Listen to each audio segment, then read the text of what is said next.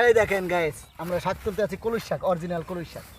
তার সাথে মনে হয় মেয়ে মানুষে পাল্লা দিয়ে পারবে না, যে এমন করে তুলতাছে ভাই সাহেব।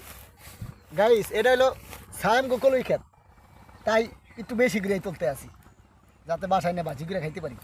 সেই স্বাদ, সেই কলুই শাক তো বুঝেন না কি মজা, যারা গ্রামে থাকেন তারাই বুঝেন।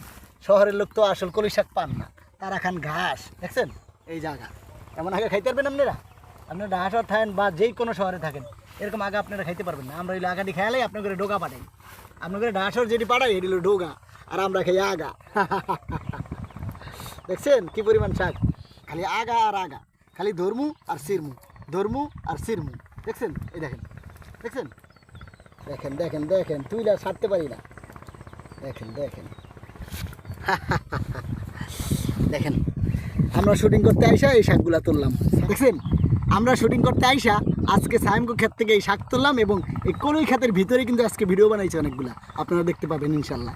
দেখতে হলে অবশ্যই বরিশাল টিভি 21 চ্যানেলটি সাবস্ক্রাইব করবেন এবং ফেসবুকে sibfilm.com ফলো করবেন, তাহলে অবশ্যই আমাদের ভিডিও নিয়মিত দেখতে পারবেন।